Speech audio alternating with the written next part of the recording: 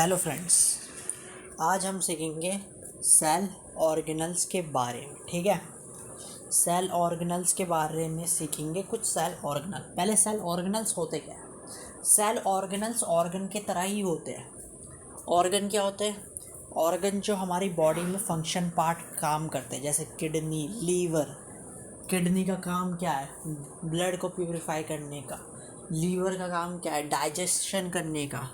वैसे ही यहाँ पर कुछ सेल ऑर्गेनल्स होते हैं जो सेल के अंदर काम करते हैं। ठीक है, सेल आपको मैंने पहले ही बता दिया था 6th क्लास की बायोलॉजी में। Cell is a basic unit of life. तो ठीक है, चलो सेल्स के बारे में पढ़ते हैं। सेल ऑर्गेनल्स के बारे में, सेल के बारे में मैं और बताऊंगा। पहले सेल ऑर्गेनल्स के बारे में पढ़ते हैं। सेल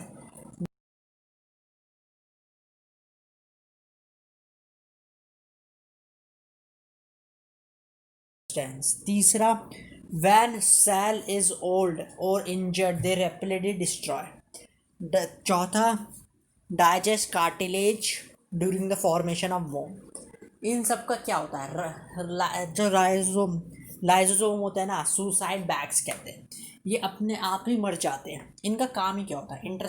जो ये पहले इंटरसेलुलर डाइजेशन, अंदर ही अंदर अपने आप से डाइजेशन करना होता है। डिस्ट्रॉय करते हैं फॉरेन सब्सटेंस को, जो फॉरेन सब्सटेंस होते हैं डिस्ट्रॉय कर देते हैं। सेल जो ओल्ड हो जाते हैं और इंजर्ड हो, रिपेरेटिव सेल ऑर्गेनली मर जाता है। ठीक है, और digest cartilage during the formation of bones. चलो अब सेंट्रोजोम्स के बारे में पढ़ते हैं। सेंट्रोजोम एक्चुअली पाए जाते हैं एनिमल सेल्स में ही।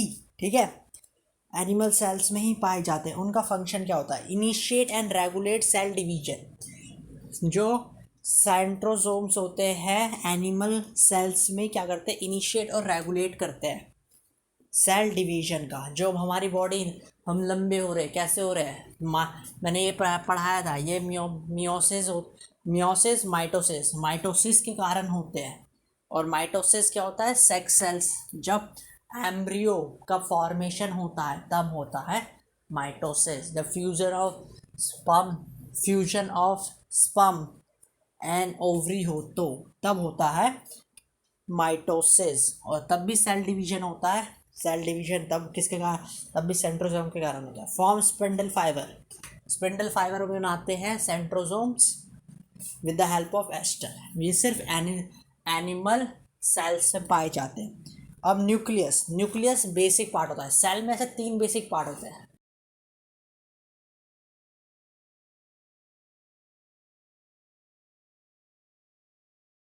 जो होता है लिक्विड पार्ट होता है। लिक्विड पार्ट के अंदर ही सारे ऑर्गेनल्स होते हैं।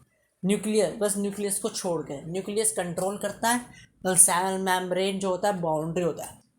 बस प्लांट सेल में जो होता है उसमें प्लांट सेल जो होता है, प्लांट सेल में सेल वॉल भी होता है, मैं वो भी दिखाऊंगा। पहले न्यूक्लियस का देखते हैं। Regulate cell function, if remove the cell die. अगर न्यूक्लियस ही निकाल दो तो सेल मर जाएगा। Control chromosomes, barrier of genes. Nucleus में ही barrier of that control the hereditary character. ठीक है, हेरिडिटरी कैरेक्टर संभालता है, वो न्यूक्लियस का ही काम होता है जो हेरिडिटरी कैरेक्टर संभालता है। तो चलो आगे चलते हैं। आगे हमारा है गोल्गी अपरेटस। ठीक है, गोल की बॉडी जो होता है एनिमल सेल में होता है। और डाई साइटोजोम जो होता है प्लांट सेल में होता है। इनका काम क्या होता है? Synthesis and secretion of enzyme on hormones.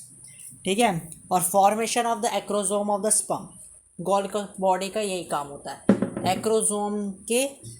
एक्रोसोम्स को, एक्रोसोम ऑफ अ स्पर्म का फॉर्मेशन करना और synthesise of the and the secretion of enzyme and hormone. ठीक है, ये गोल की बॉडी करता है। और इसके बाद आप इसके जो डाइसाइटोसोम्स होते हैं प्लांट सेल में होते हैं। ठीक है, उसके बाद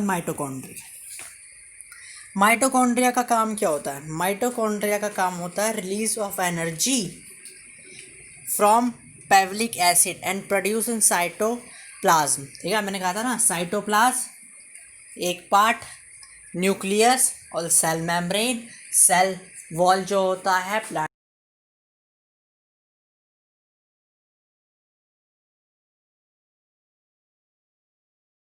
एनर्जी। ऐसे ऐसे power bank of the cell भी कहते हैं माइटोकॉन्ड्रिया को। बस ये कभी लिखना मत कि mitochondria is a power bank, ये लिखना पूरा कि release of the energy from the pyruvic acid and produce in the form of ATP. Cellular aerobic respiration करता है। एरोबिक और नॉ एरोबिक एंड मसल्स में होता है एनएरोबिक। एरोबिक मतलब ऑक्सीजन का हेल्प लेना है in the presence of air, और ऑक्सीजन का ही हेल्प होता है वो ऐसे। फिर दूसरा synthesis of the respiratory enzymes. जो एक गोल्गी अपरेटस होता है ना, गोल्गी अपरेटस और गोल्गी बॉडी में कंफ्यूज मत होना, दोनों एक ही चीज़ होती है। मैंने बस इसलिए दोनों पार्ट में इसलिए बनाया है कि आपको कंफ्यूज, और उनके भी फंक्शन एक ही है। तो गोल्गी बॉडी और गोल्गी अपरेटस इतना ही होता है। आज के लिए फ्रेंड्स इतना ही। मैं आपको राइबोसोम्स और बहुत सारे सेल ऑर्गेनल्स बचे हैं आपको बाद में बताऊंगा। ओके, तो आज के लिए इतना ही। और कुछ आपको सजेशन हो तो प्लीज़ कमेंट कीजिएगा।